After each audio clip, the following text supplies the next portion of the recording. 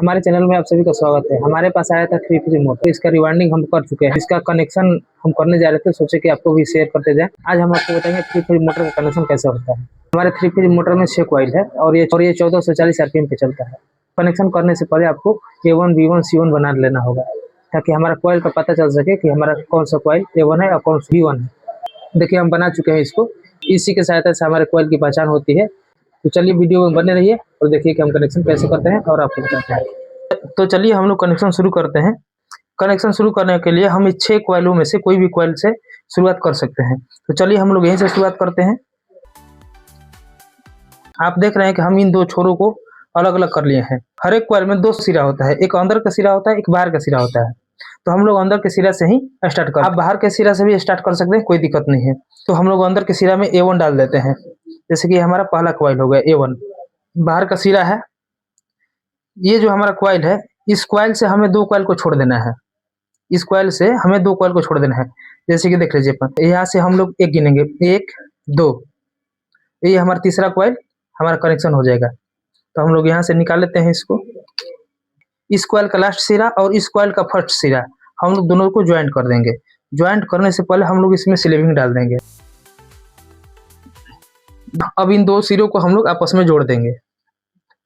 ये हमारा पहला जोड़ हो गया और ये जो सिरा हमारा बचा हुआ है ये A2 हो जाएगा। देखिए हमारा A1 और A2 हो गया।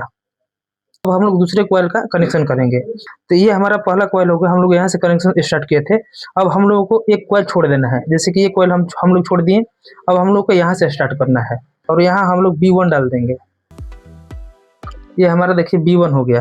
इस कॉइल को छोड़ करके हम लोग यहाँ से गिनती शुरू करेंगे कि हमारा 2 कॉइल छोड़ करके कौन सा कॉइल आ रहा है। तो हमारा देखिए पहला कॉइल हो गया, ये दूसरा कॉइल हो गया, ये तीसरा कॉइल हो गया। तो हम लोग इस कॉइल को खोल लेंगे। इसमें भी हम लोग स्लीविंग डाल देंगे। तो अब इन 2 सिरों को हम लोग आपस में जोड़ देंगे। ये हमारा जोड़ हो गया और इसका जो लास्ट सिरा बचा हुआ है इसको हम लोग B2 कर देंगे। देखिए हमारा 2 कॉइल कंप्लीट हो चुका है। अब हम लोग तीसरे कॉइल का कनेक्शन करेंगे। तो हम लोग B1 का यहाँ से शुरू किए थे। जैसे कि हमारा ये कॉइल हो गया, तो इस कॉइल को हमको छोड़ देना है और यहाँ से हमको स्टार्ट करना है। तो ये हमारा C1 हो जाएगा। अब हम लोग यहाँ से फिर 2 कॉइल छोड़ देंगे। ये पहला कॉइल हमारा हो गया, ये दूसरा कॉइल हो गया। अब हम इस कॉइल को खोल लेते हैं। इसमें भी हम लोग स्लीविंग डाल देंगे। देखिए हमारा तीसरा कॉइल भी कंप्लीट हो चुका है। अब ये जो लास्ट सिरा बचा हुआ है इसको हम लोग C2 कर देंगे। हमारा कनेक्शन कंप्लीट हो चुका है। तो हम लोग इन जोड़ों को जोड़ लेते हैं।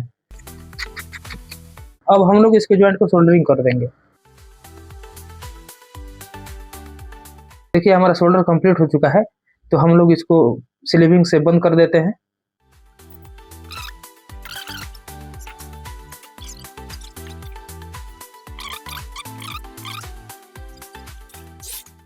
हमारा तीनों जोड़ बढ़िया से बैठ चुका है। अब हम लोग कनेक्शन के लूप की तरफ चलते हैं। A1 C2, B1 A2, C1 B2, इस सब का हम लोग कनेक्शन कर लेंगे।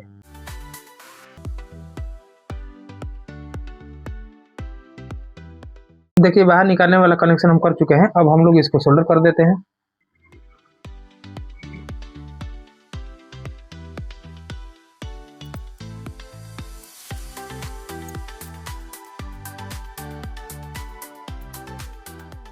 देखिए हमारा कनेक्शन सब हो चुका है। अब हम लोग इसमें स्लीविंग डाल देते हैं और इसको टेप कर देंगे।